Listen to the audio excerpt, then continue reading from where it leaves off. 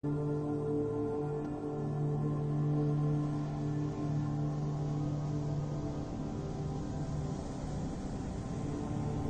राधे भक्तों, आज हम आपको सुनाएंगे मार्गशीर्ष मास की लक्ष्मी व्रत की कथा। श्री लक्ष्मी व्रत की कथा।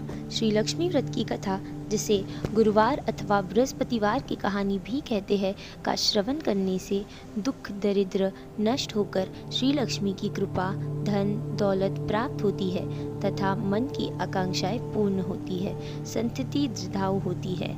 श्री लक्ष्मी विविध रूपिणी है, उनके अनेक नाम है। कैलाश में रहने वाली पार्वती, राजगृह में रहने वाली राजलक्ष्मी, घर घर में विराजमान ग्रह लक्ष्मी, स्वर्ग की श्री महालक्ष्मी, भूलोक में स्थित लक्ष्मी, ब्रह्मलोक की सावित्री, गोलोक की राधिका, वृंदावन की रासेश्वरी, चंदन वन की चंद्रा, चंपक बन की विरजा, शीरदावदी की सिंधु कन्या, मालती बन की मालती, पद्मावन की पद्मावती, केत की बन की सुशीला, कुंदन वन की कुंदनदिति, कदम बन की कदमबाला जैसे अनेक रूपों और नामों से श्री लक्ष्मी प्रसिद्ध है। ऐसे ही श्री लक्ष्मी देवी के यह कहानी है। द्वापार युग में भृतशवा नाम का राजा सौराष्ट्र देश में राज्य करता था। वह पराक्रमी था तथा उसे चारों वेद, 6 शास्त्र और 18 पुराणों का पूर्ण ज्ञान था। सूरज चंद्रिका नामक उसकी पतरानी अत्यंत सुंदर, सुलक्षणी और पतिव्रता थी। 7 पुत्र तथा 1 पुत्री श्यामबाला से सुसज्जित उनका दाम्पत्य जीवन अति सुखी था। एक दिन श्री लक्ष्मी देवी के मन में राजा के राजगृह में जाकर निवास करने का विचार आया। उन्होंने सोचा कि राजगृह में निवास करने से राजा अपनी प्रजा को अधिक सुख दे सकेगा, जबकि किसी निर्धन के घर में वास करने से वह दी हुई धन संपत्ति खो बैठेगा। ऐसा विचार कर श्री लक्ष्मी ने एक वृद्धा ब्राह्मण स्त्री का रूप धारण कर सूरज चंद्रिका रानी के महल के दरवाजे के पास धीरे धीरे जाकर खड़ी हो गई।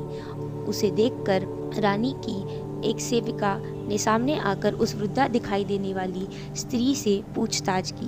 वृद्धा ने अपना नाम, पति का नाम, रहने का स्थान आदि समुचित जानकारी दे दी। वृद्धा स्त्री का रूप धारण किए हुए लक्ष्मी माता कहने लगी, मेरा नाम कमला है, पति का नाम भुवनेश है, हम लोग द्वारका में रहने वाले हैं। तुम्हारी रानी पूर्व जन्म में एक वैश्य की पत्नी थी। वह वैश्य अति दरिद्र था। प्रत्येक दिन उन दोनों पति पत्नी में झगड़ा होता रहता था। उसका पति प्रतिदिन उसे मारपीट करता रहता था। इन हालतों से परेशान होकर उसकी पत्नी एक दिन उसका घर छोड़कर एक वन में जाकर बिना कुछ खाए पिए इधर उधर भटकने लगी। उसकी यह दशा देखकर मुझे दया आ गई और धन संपत्ति देने वाली श्री लक्ष्मी व्रत की कथा मैंने उसे सुनाई। मेरे कथा अनुसार उसने लक्ष्मी व्रत का पालन किया। श्री लक्ष्मी देवी उससे प्रसन्न हो गई, जिससे उसका दरिद्र नष्ट हो गया। संतति तथा संपत्ति से उसका घर भर गया। उनका जीवन आनंद से व्यतीत होने लगा। दीर्घायु तक समस्त सुखों का उपभोग कर अतः वे मृत्यु को प्राप्त हुए। लक्ष्मी व्रत के कारण दोनों को लक्ष्मी लोक प्राप्त का वैभवपूर्ण जीवन बिताने लगे। जितने साल उन्होंने लक्ष्मी व्रत किया, उतने ही 1000 वर्ष उन दोनों को सौख्य प्राप्त हुआ। अब उन्होंने राजकुल में जन्म लिया है। वही स्मरण दिलाने के प्रति मैं यहाँ आई हूँ। रानी की सेविका ने उससे लक्ष्मी व्रत की जानकारी पूछी, पूजा विधि की भी जानकारी ली। वृद्धा रूप धारिणी श्री लक्ष्मी जी ने उसे लक्ष्मी व्रत की जानकारी महात्म्य बतलाया। रानी की सेविका उस वृद्ध स्त्री का आभार मानकर राजमहल वापस गई तथा उसका संदेश महारानी को जाकर सुना दिया। राजवैभव में रहने वाली रानी को अपने ऐश्वर्य का बहुत घमंड था। वह उन्मत्त हो गई थी। वृद्ध का संदेश सुनकर वह यकायक गुस्से में आ गई और एक वृद्धा ब्राह्मण स्त्री को उद्दंडता के साथ अपमानित किया, परंतु वह वृद्धा स्त्री साक्षात लक्ष्मी जी थी। यह बात रानी को मालूम नहीं थी। रानी का उद्दाम वर्तन देखकर श्री लक्ष्मी जी ने वहां रहने का विचार छोड़कर अपने स्वयं के ही निवास जाकर रहने का निश्चय किया। वहां से निकलते ही थोड़ी दूर रानी की पुत्री श्यामबाला मिली।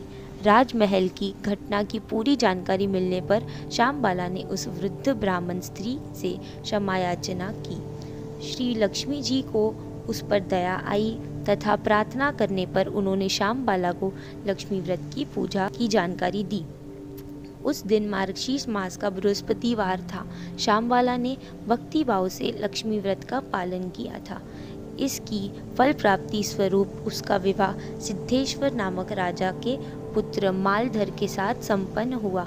वह उसे विपुल वैभव प्राप्त हुआ तथा वह अपने पति के साथ सुखपूर्वक राजवैभव में रहने लगी। इधर रानी सूरजचंद्रिका द्वारा श्री लक्ष्मी जी के अपमान के कारण हुए उनके कोप से राजा भृतश्रवा के राज का अस्त हुआ तथा उनका वैभव एवं ऐश्वर्य का लोप हो गया। उनकी दशा बड़ी ही शोचनीय हो गई। एक दिन सूरजचंद्रिका ने अपने पति से कहा, अपनी बेटी का पति राजा है तथा बड़ा वैभवशाली है। उनके पास जाकर अपनी दशा का उल्लेख करने से उनको दया आएगी तथा वह कुछ न कुछ धन संपत्ति अवश्य देंगे। भृतश्रवा श्यामबाला के पति के राज्य में गया। वहां थक कर एक तालाब के किनारे विश्राम लेते बैठ गया। इतने में श्यामबाला की कुछ दासियां जल कुंभ लेकर जल भरने के लिए वहां आई। उन्होंने राजा भृतश्रवा को देखा। उन दासियों ने उनके परिचय के बारे में पूछा तथा नाम ग्राम के विषय में पूछताछ की। राजा ने उन्हें पूर्ण जानकारी देकर अपना परिचय दिया। दासियों को यह ज्ञात होते ही कि वे उनकी रानी श्यामबाला के पिता है, वे दौड़कर राजमहल पहुंची और श्यामबाला को सारी स्थिति से अवगत कराया। श्यामबाला ने अपने पिता को आदरपूर्वक बड़े ठाट बाट के साथ अपने राजभवन में लाकर सत्कार किया। मिष्टान आदि भोजन से संतुष्ट कर उनकी आव भगत की तथा यथोचित आदर सत्कार किया। कुछ समय पश्चात विदा होते समय श्यामबाला ने उन्हें यथेष्ट धन स्वरूप प्रदान किया। राजा भृतश्रवा अपने घर पहुंचा। उसे देखकर सूरजचंद्रिका को अपार आनंद हुआ। उसने भेंट स्वरूप दिया हुआ धन कलश को खोलकर देखा तो उसमें धन के स्थान पर कोयला भरा हुआ पाया। श्री लक्ष्मी जी के कोप के कारण ही यह चमत्कार हो गया था। उनके दुख की सीमा न रही। इसी तरह दुख भोगते भोगते कुछ दिन पश्चात सूरजचंद्रिका अपनी लड़की श्यामबाला के पास गई। उस दिन मार्गशीर्ष मास का अंतिम बृहस्पतिवार था। श्यामबाला ने लक्ष्मी व्रत धारण किया हुआ था। उसने अपनी माताजी से भी यह व्रत करवाया। सूरजचंद्रिका भी अपने घर वापस आ गई। उसने लक्ष्मी व्रत किया था, इसीलिए उसे गत काल का वैभव फिर से प्राप्त हो गया। राज ऐश्वर्य फिर प्राप्त हुआ। कुछ दिन पश्चात श्यामबाला अपने माता पिता से मिलने मायके आई। सूरजचंद्रिका के मन में अपने स्वयं के पिता को श्यामबाला द्वारा कोयले दिए जाने पर तथा स्वयं की माता को कुछ भी न दिए जाने पर अपार क्रोध आया था। इसी दुर्भावनश श्यामबाला को किसी ने न तो आवभगत की न कुछ पूछताछ की।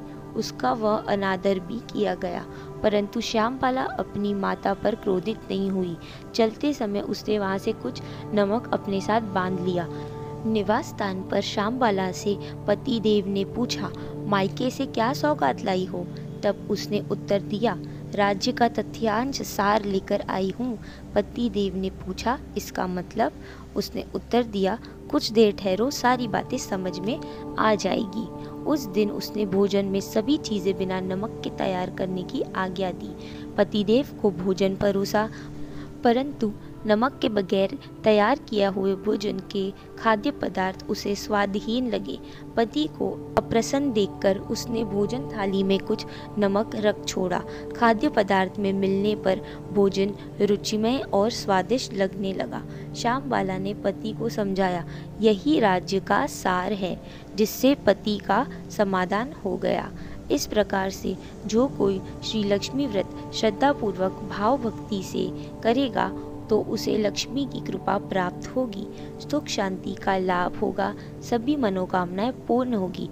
परंतु संपन्नता तथा वैभव प्राप्त होने के पश्चात लक्ष्मी व्रत करना कभी न भूले। प्रत्येक बृहस्पतिवार को पोथी का पठन श्रवण अवश्य करें। ऐसी यह श्री लक्ष्मी व्रत की कथा, बृहस्पतिवार की कहानी सभी को सफलता प्राप्त करवाने वाली है। शुभ भवन्तु। ओम शांति शांति शांति।